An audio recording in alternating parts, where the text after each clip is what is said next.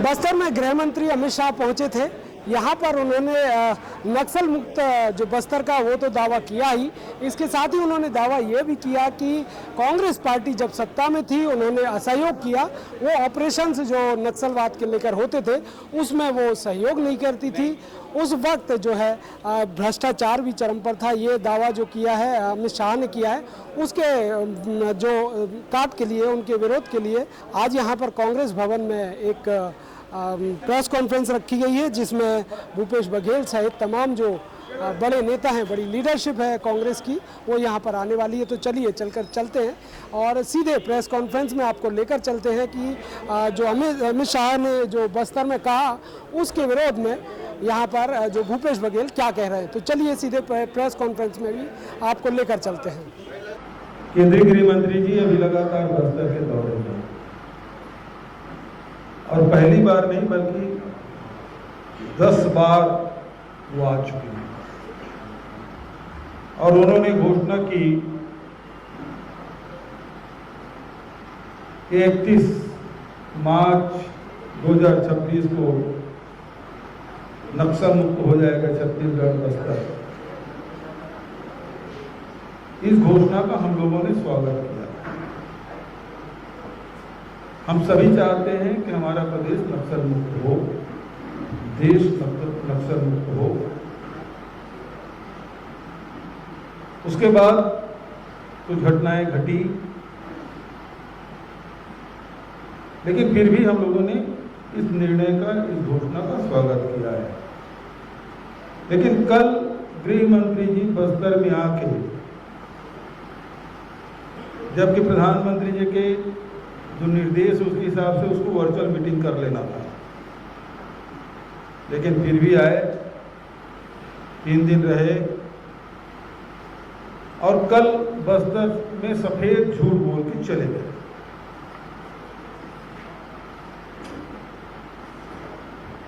झूठ की वानगी आप देखेंगे, जो आंकड़े पहले उन्होंने दिया उनके ही बयान में विरोधाभास। हमारी सरकार में हम लोगों ने कुछ नहीं किया, कांग्रेस सरकार ने केंद्र को सहयोग नहीं किया। जबकि आप देखेंगे 2022 में जब मध्य प्रदेश में बैठक हुई, तब उन्होंने कहा था वामपंथी उग्रवाद की समस्या अब छत्तीसगढ़ के कुछ हिस्सों तक ही सीमित है। उनके आधिकारिक वक्तव्य है। जब 2009 में वामपंथी उग्रवादी हिंसा चरम पर थी, तब वामपंथी उग्रवादी हिंसक घटनाओं की संख्या 2258 थी, जो कि 2021 में घटकर 509 हो गई। उन्होंने कहा कि 2019 से वामपंथी उग्रवाद की घटनाओं में बहुत तेजी से कमी आई। 2009 में वामपंथी उग्रवादी हिंसा में 1005 लोगों की मृत्यु हुई थी, जबकि 2021 में 147 लोगों की जान गई है। शाह ने कहा कि इस दौरान पुलिस थानों पर वामपंथी उग्रवादी हिंसा में कमी आई है। 2009 में ऐसी घटनाएं 96 घटनाएं घटित हुई थी, जो कि 2021 में कम होकर 46 हो गई। और सच यह है कि आरपीएफ के डीजी ने भी कहा था अब नक्सली पैकअप की तैयारी में है। तो पहले झूठ अपनी बात में वो पकड़े गए। इसके बारे में सुशील आनंद शुक्ला जी ने विज्ञप्ति भी जारी किया था। अभी फिर से झूठ बोल के गए हैं। इन्होंने कहा राशन नहीं मिलता, जबकि पूरे छत्तीसगढ़ में, बस्तर सहित छत्तीसगढ़ में 35 किलो राशन हर परिवार को हम लोगों ने देना शुरू किया, जब रमन सिंह के समय 7 किलो प्रति व्यक्ति मिलता था। सुकमा में, बीजापुर में कैंप लगा के हम लोगों ने राशन कार्ड बनवाया था और अंदरूनी क्षेत्रों में पीडीएस साहब खुलवाए, तो राशन अंदरूनी क्षेत्रों में भी मिलता रहा। आपको स्मरण होगा, आप सब ने स्टोरी की, ये मई का महीना है, रमन सिंह के समय में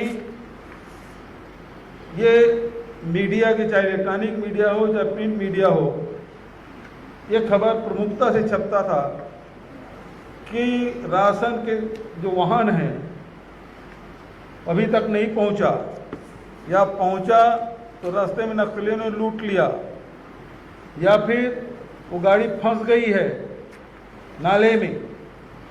लेकिन हमारे शासनकाल में एक बार भी इस प्रकार की कोई किसी घटना की कोई खबर ना इलेक्ट्रॉनिक मीडिया में आपको देखने को मिलेगा, ना प्रिंट मीडिया में।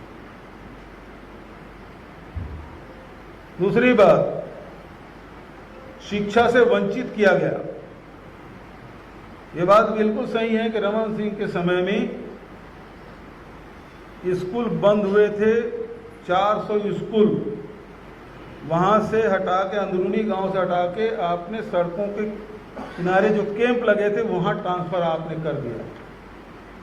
केदार कश्यप जी उस समय मंत्री थे और बस्तर में करीब 3000 स्कूल उन्होंने बंद कराया, बस्तर नहीं पूरे छत्तीसगढ़ में। अभी विष्णुदेव साय सरकार में 10,000 स्कूल बंद हुए और अकेले बस्तर संभाग में 1163 स्कूल इन्होंने बंद करा दिया। जबकि हमारे शासनकाल में जो सड़कों के किनारे जो स्कूल लाए थे वो 275 स्कूल हमने वापस अंदरूनी क्षेत्र में खुलवाए। जो नहीं खुल पाए वो इसलिए कि रमन सिंह के समय में 700 से अधिक गांव हैं वो आदिवासियों से खाली करा दिया गया था, और वहाँ के लोग आंध्र प्रदेश, तेलंगाना या दूसरे राज्यों में जाके आज भी रह रहे हैं। वो गांव आज भी वीरान है। जब कोई है ही नहीं तो वहाँ स्कूल कैसे खुलवाते? तो 275 स्कूल हमने वापस खुलवाया। आंगनबाड़ी केंद्र हमने सब जगह खुलवाए, सब जगह पीडीएस साहब खुलवाए, सब जगह हाट बाजार क्लिनिक योजना, बाजार फिर से शुरू कराए। ये कहते हैं कि हम जो हमारे कैंप है वो सेवा केंद्र, क्या नाम दिया? सेवा केंद्र, सेवा डेरा, ये नाम उन्होंने दिया। जबकि उसी समय हमारे शासनकाल में ही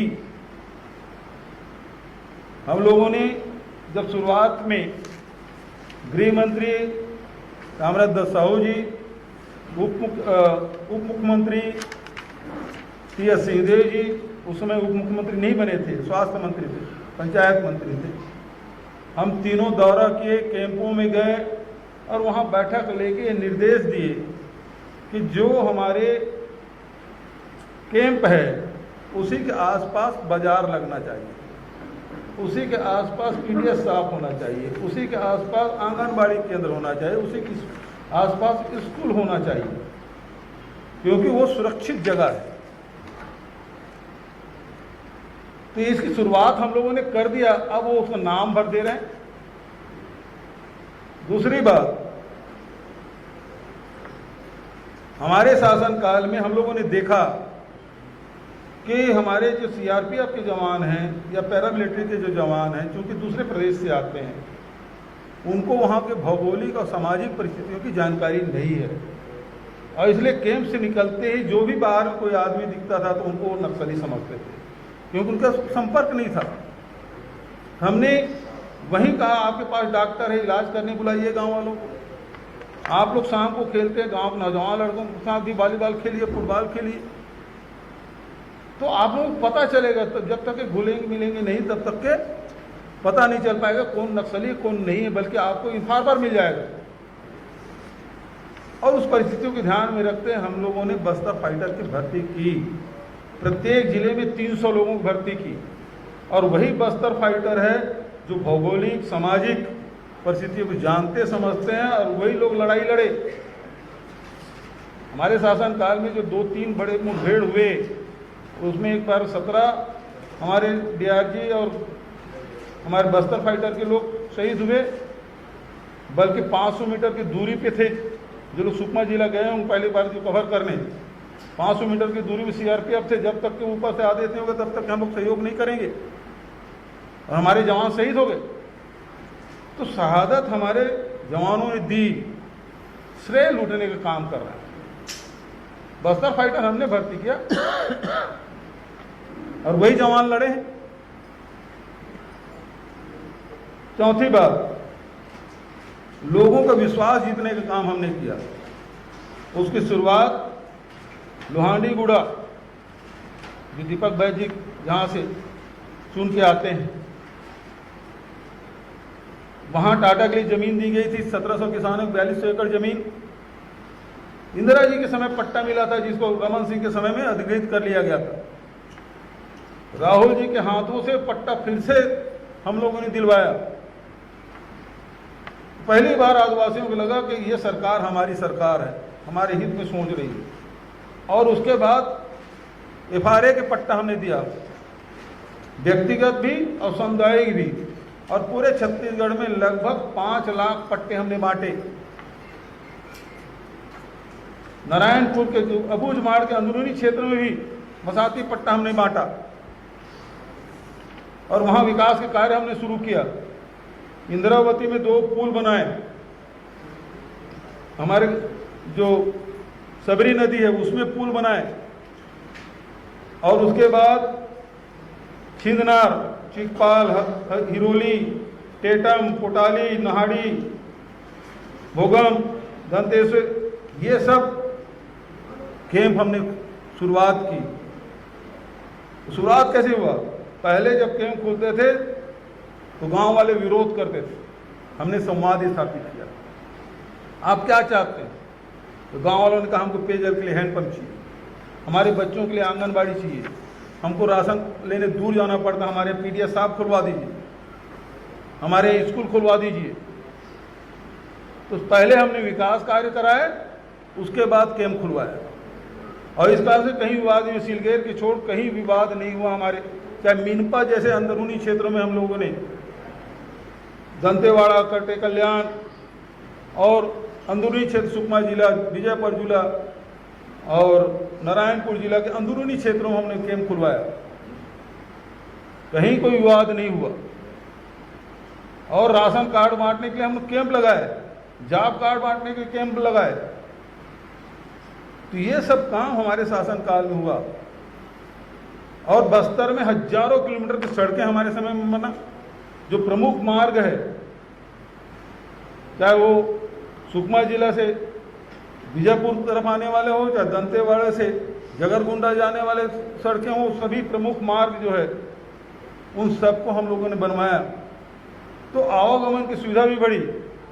हमने ऋण माफी किया, पट्टा दिया, लघु उपज की खरीदी की, समर्थन मूल्य घोषित किया, और उसके कारण से बस्तर के लोगों के हाथ में पैसा आया।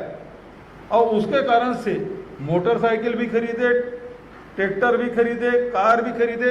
बीजापुर जैसे जगह में 4-4 ट्रैक्टर के शोरूम, गाड़ियों के शोरूम बीजापुर में देखने को मिला, उसके पहले तो नहीं मिलता था। हर जिले में आप देखेंगे ट्रैक्टर के, मोटरसाइकिल के, कार के शोरूम, पूरे कांकेर से लेकर सुकमा और बीजापुर में आपको देखने को मिलेगा। ये हम लोगों ने आर्थिक उन्नति लोगों को किया, और ये तो घोषणा ही कर रहे हैं। घोषणा करके आपने क्या कहा? आपने कहा कि आरक्षण नहीं मिलता था।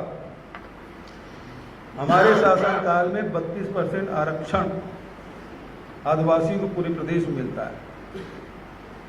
हाई कोर्ट में हमारे खिलाफ फैसला है, हम सुप्रीम कोर्ट गए, वहाँ से स्टे लिए, और आदिवासियों को 32% आरक्षण दे रहे हैं, अभी भी मिल रहा है। अमित शाह जी से हम कहना चाहेंगे, इस प्रकार से गलत बयानी मत करिए। केवल आप कह रहे हैं 15% मिलता है, झूठ बोल रहे हैं।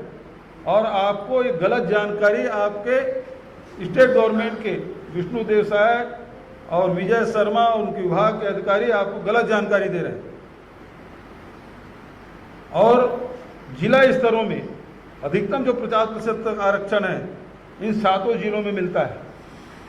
जो जिला स्तर के जितने भी जिला संवर्ग की जितने भी भर्तियां होती है उसमें 50% आरक्षण इन लोगों को मिलता है। अमित शाह जी, आप झूठ बोल रहे हैं, आपको माफी मांगना चाहिए। हम 35 किलो राशन दे रहे हैं, वो आज भी मिल रहा है। रमन सिंह के समय में मिलता था 7 किलो। एक झूठ आपने बोला। दूसरा झूठ आपने कहा आरक्षण, उसमें आपने झूठ बोला, उसके लिए आपको माफी मांगना चाहिए। तीसरा, जल जंगल जमीन में हमने अधिकार दिया, आंकड़े बता रहे हैं 5 लाख से अधिक हमने वनाधिकार पट्टा दिया। आपके मित्र हैं, लूटने का प्रयास कर रहा है।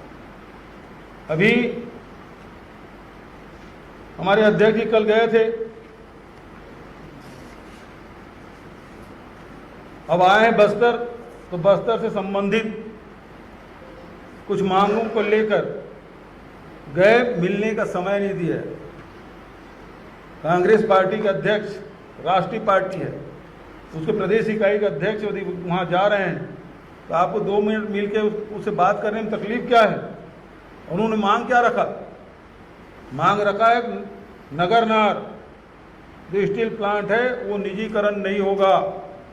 जो आपने बेचने के जो लिस्ट जारी किया है उसमें नगरनार है।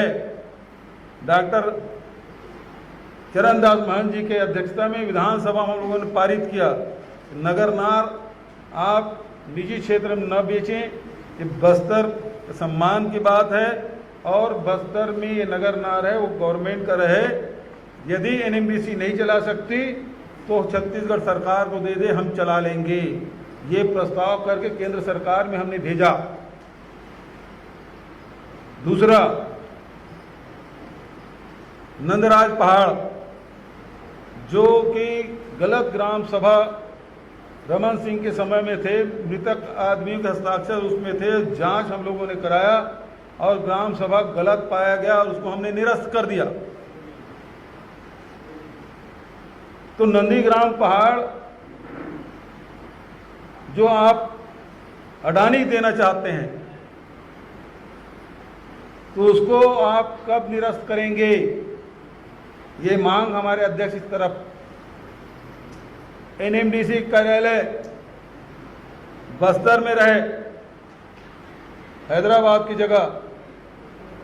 और उन्होंने कहा, आप याद दिलाया कि आपने कहा नक्सल मुक्त गांव ग्राम पंचायत में 1 करोड़ रुपया देंगे, वो राशि कब जारी कर रहे हैं? ये कृपा करके आप बताएं।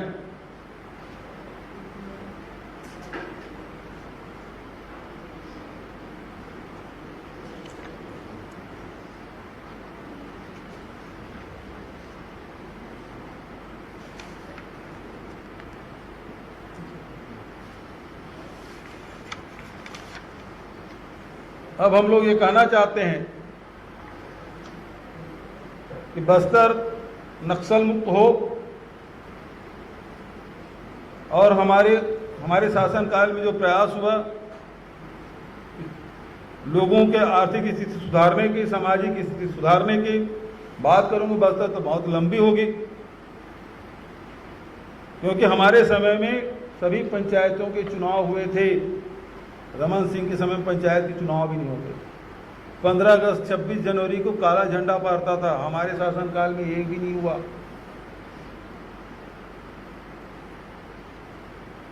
और हमारे शासनकाल में आप मंत्री थे और भारत सरकार ने कोंडागांव को नक्सल मुक्त जिला घोषित किया, वो हमारे शासनकाल में। तो आप ये कैसे कह सकते हैं कि कांग्रेस सरकार ने सहयोग नहीं किया? तो आप झूठ बोल रहे हैं। बस्तर के लोगों के साथ धोखा दिया है आपने, बस्तर के लोगों के साथ झूठ बोला है।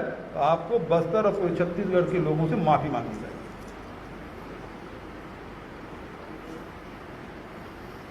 आप ये कह रहे हैं कि बस्तर के लोग अंधेरी गुफा से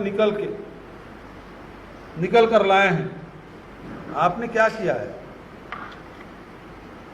कोई ऐसी योजना संचालित की है जिससे बस्तर के लोगों के स्थिति में सुधार आया है? आप तो एफआरए कानून को नहीं मानते। आप देख लीजिए तमनार में आपने क्या किया। एफआरए का पट्टा उनको मिला है गांव वालों को, सामुदायिक पट्टा मिला है, उसको आपने कैंसिल भी नहीं किया और सीधा कोयला खदान के लिए पेड़ कटवा दिया आपने। तो जो हमने दिया उसको तो आप मानते नहीं। तो ये स्थिति आपने बना के रखा है। तीसरी बात मैं कहना चाहूँगा कि बस्तर नक्सल पीड़ित था, लेकिन 2018 के बाद लगातार सुधार हुआ। बहुत सारे लोग जेल में थे, उसको छुड़वाने के भी हमने काम किया, लेकिन अभी भी 4000 लोग जेल में हैं। कब छुड़वाएंगे? 20,000 लोगों के नाम से FIR दर्ज है, जिसको आप प्रताड़ित कर रहे हैं बस्तर के लोगों को, वो कब समाप्त करेंगे? और केंद्रीय मंत्री जी से हम कहना चाहते हैं, आप हमारे कंधे में खड़े हो ऊंचे बनने का प्रयास मत करिए। हमने काम किया है। जरूर आप कहें कि नक्सल मुक्त हुआ है, अच्छी बात है, लेकिन हमारे योगदान को कम करने की कोशिश मत करिए। हमारे कंधे पे खड़े होकर ऊंचे बनने के प्रयास न करिए। और राज्य सरकार से अपेक्षा है कि केंद्रीय गृह मंत्री को अंधेरे में न रखें।